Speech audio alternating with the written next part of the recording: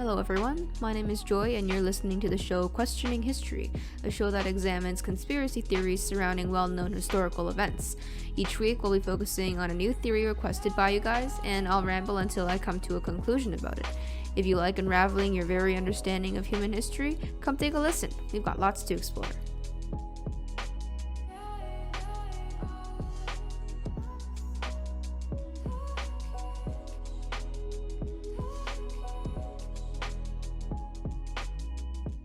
So this week, I've decided to start on the Paul McCartney is dead theory, which is a lesser known theory about a very, very famous guy.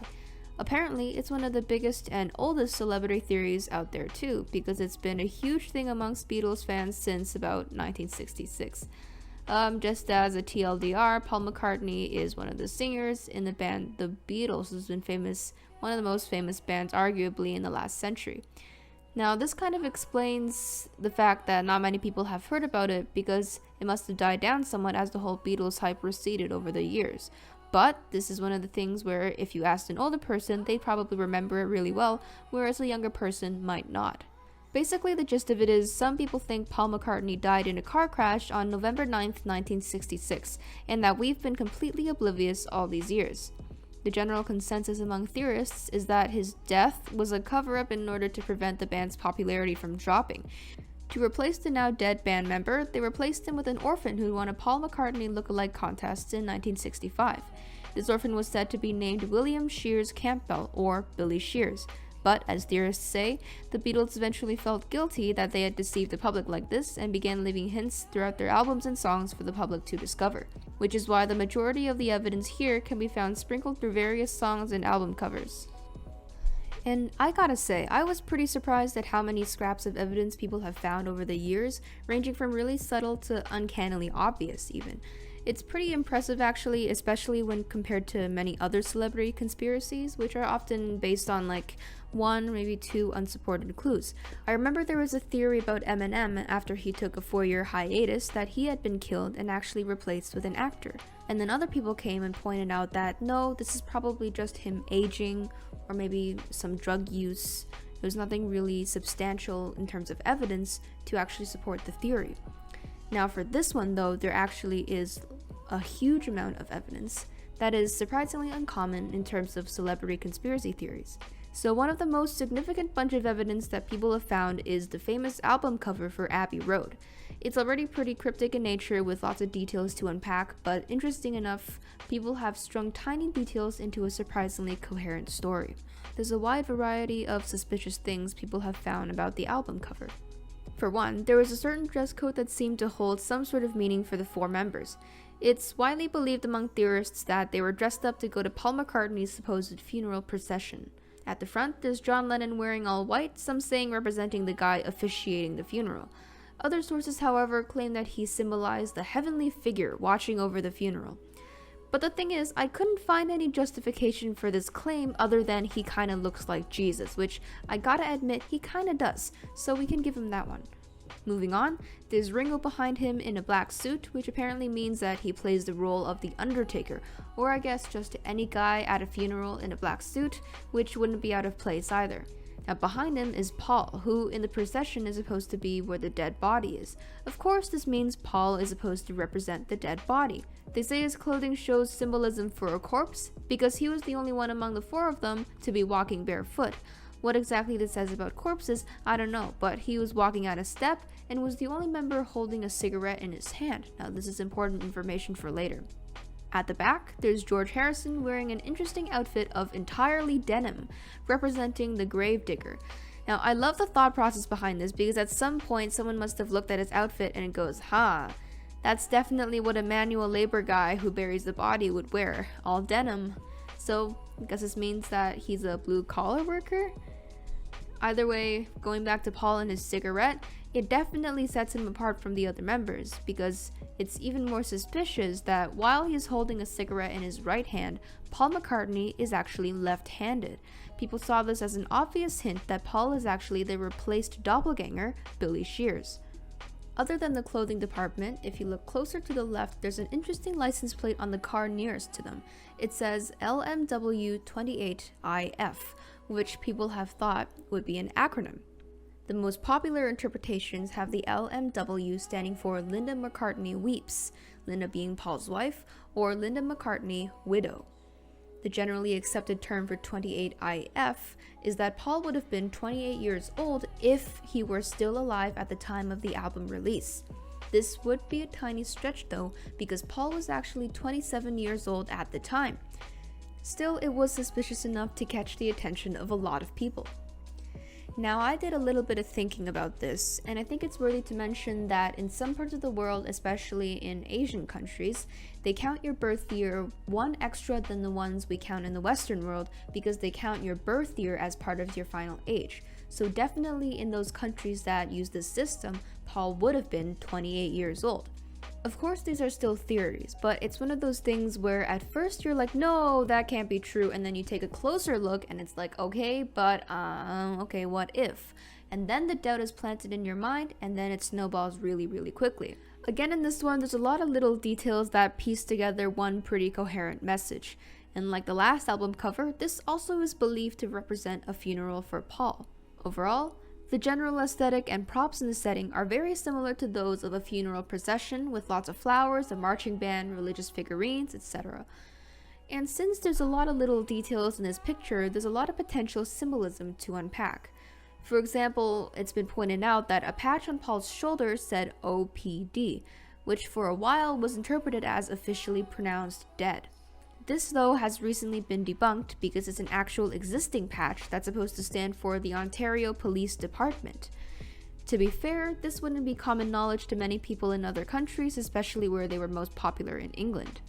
I guess it doesn't help that the entire concept art for this cover really just gives off intense funeral-y vibes, which could have been a coincidence, but you gotta admit at the time it must have been pretty suspicious. It's also worth mentioning that the members were supposed to choose a historical figure to dress up as for the concept shoot, which also matches the people in the giant crowd behind them. Apparently, Paul chose a guy called Stu Sutcliffe, who was supposed to be a Beatles member but died in 1962 before their debut. In hindsight though, maybe that's what the whole funeral setup was for, because if you put it into that context, it suddenly makes a lot more sense. It could have been entirely an inspired design to commemorate their friend, but with no official explanation for these clues in the album art, fans were bound to interpret it very differently.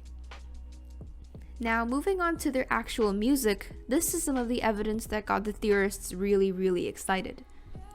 Basically, these started spreading when some people with a lot of free time decided to comb through every single one of the Beatles songs, sometimes even playing them backwards to find potential clues. They probably weren't disappointed because there's a lot of stuff from there, with one notable example being from A Day in the Life. Apparently, if you play the song backwards, at one point you can hear the words, "Paul is dead, miss him, miss him."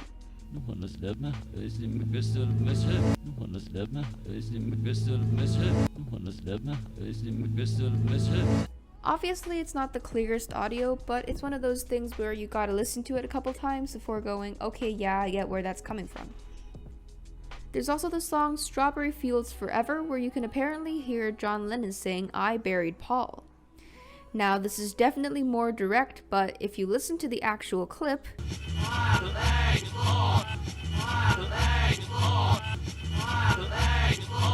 you'd hear the audio was actually kind of muffled.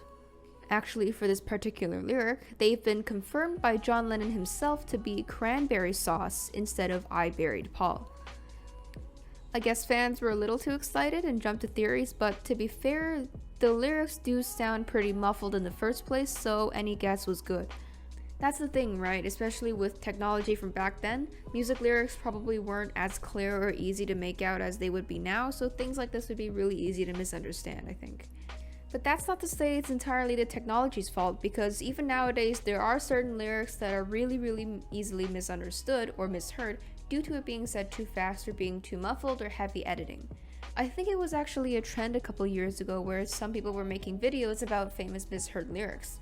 Needless to say, misheard lyrics are still very, very common in music even today, so it wouldn't be out of place, especially in the 60s. As for the clues to the Paul is dead theory, the list goes on and on. Depending on how they're interpreted, many pieces of evidence have been found over the years that allegedly prove the theory, but really are just muffled lyrics or a blurry patch on an album cover that seem to be more of a stretch than anything. But that isn't to say that the theory has no compelling evidence whatsoever, because the reason it took off in the first place was that the evidence presented was just uncanny enough at the time that people couldn't easily ignore them or label them as fake. They must have been pretty convincing though for it to spiral into one of the biggest and longest running celebrity theories in the past century. Clearly, the two sides supporting and not supporting this argument are very, very, very different. There are many plot points in the theory, and there are many complicated sides and evidence that people choose to ignore or choose to accept. One example is the speculation that Paul had been replaced by an orphan named Billy Shears. Now, some people believe this, some people don't. Where did this name come from?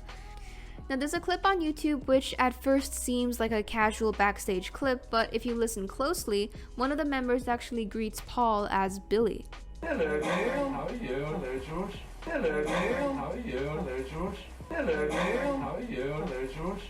Now, it's little clues like these that set the theory apart from others, whereas some other celebrities like Eminem that I mentioned earlier have maybe 1 or 2 clues that have the internet spinning into theories.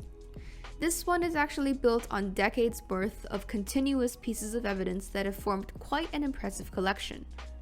And like I mentioned before, for every conspiracy theory, there are 2 very clear split sides on the issue, with a huge amount of content being made on either side to prove or debunk the theory.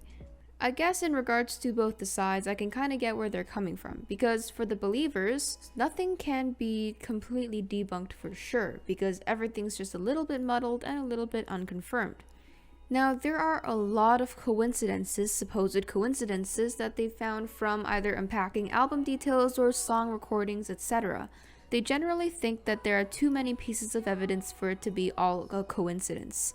And how would they know if it was all a coincidence? And how would they know if something had just been covered up really, really well? And for the skeptics, just as the believers think you can't, for 100% certainty, disprove something, you can't prove it right either, especially since they've come up with many other logical explanations for such evidence. Some may say there are coincidences, or some may say a lot of the song lyrics have been really far stretches.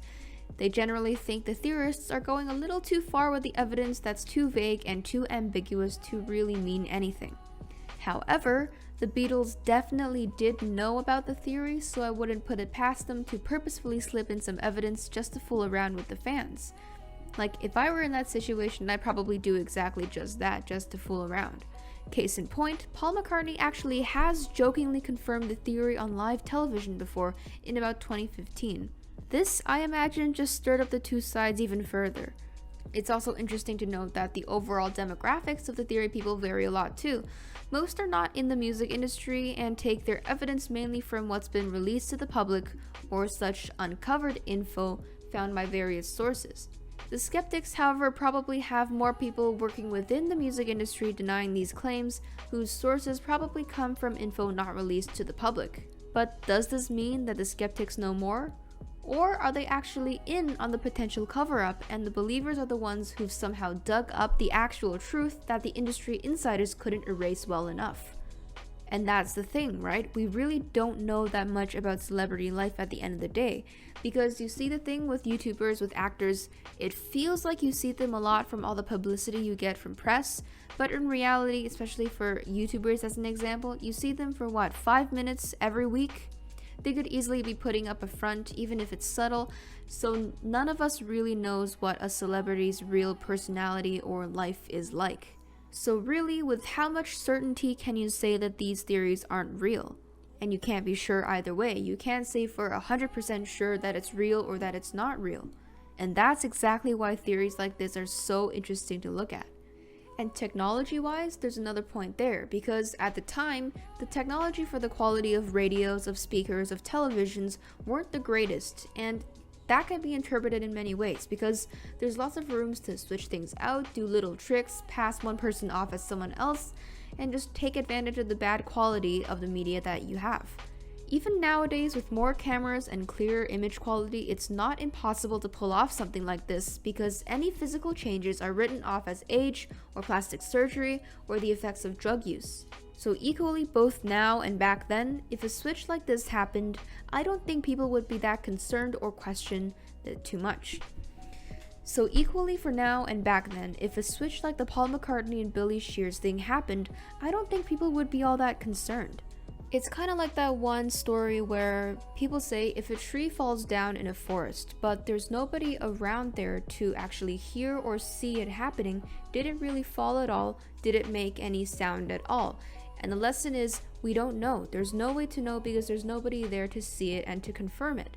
And just because something happens every single time that people see it doesn't mean it always happens. And that's the same with this situation here. And just because a tree makes a sound when falling down every single time a person is there to hear it, doesn't mean that it still does the same pattern when people aren't there to hear it, and that's the exact same with celebrity theories.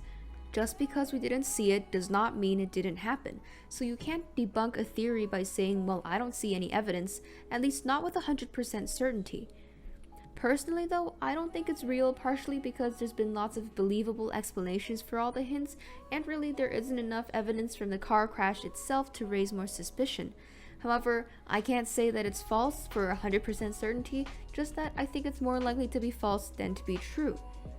So you got some options here, right? It could just be a crazy fan theory, since the Beatles definitely did know about it and likely could have snuck in a few clues just to mess with fans. But it also could be something more.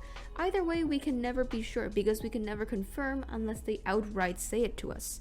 I will say though, it is fun to wonder about these things at least every once in a while, especially if you're with a group of friends, like for a casual but interesting conversation sometimes. I don't know if you guys have had this, but every once in a while my friends and I will talk about theories like, faking the moon landing, Epstein, things like that. Now, we don't necessarily believe in these theories, but it is fun to talk about all the same. So really, I wouldn't judge those who believe in these theories or make videos about them or essays or whatever, because people's opinions, they are different after all, and based on their experiences, they'll be more inclined to believe maybe in one thing than another. So I guess as long as they're not being problematic online or bugging the actual band members themselves or causing any harm in general, I think it's best to just leave them be and let them believe whatever they want to believe. Because at the end of the day, conspiracy theories are really interesting to talk about, even if some people are more hardcore about them than others. And really, I think we should just let the people have their fun.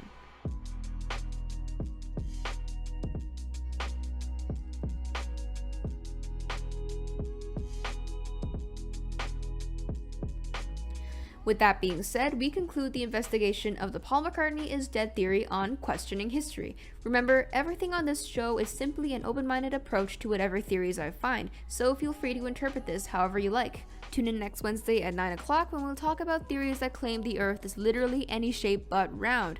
If you have any ideas or suggestions for the show, feel free to submit them now to our website in the description below, and don't forget to subscribe for more content like this. I'm your host Joy Xing, and thanks for listening!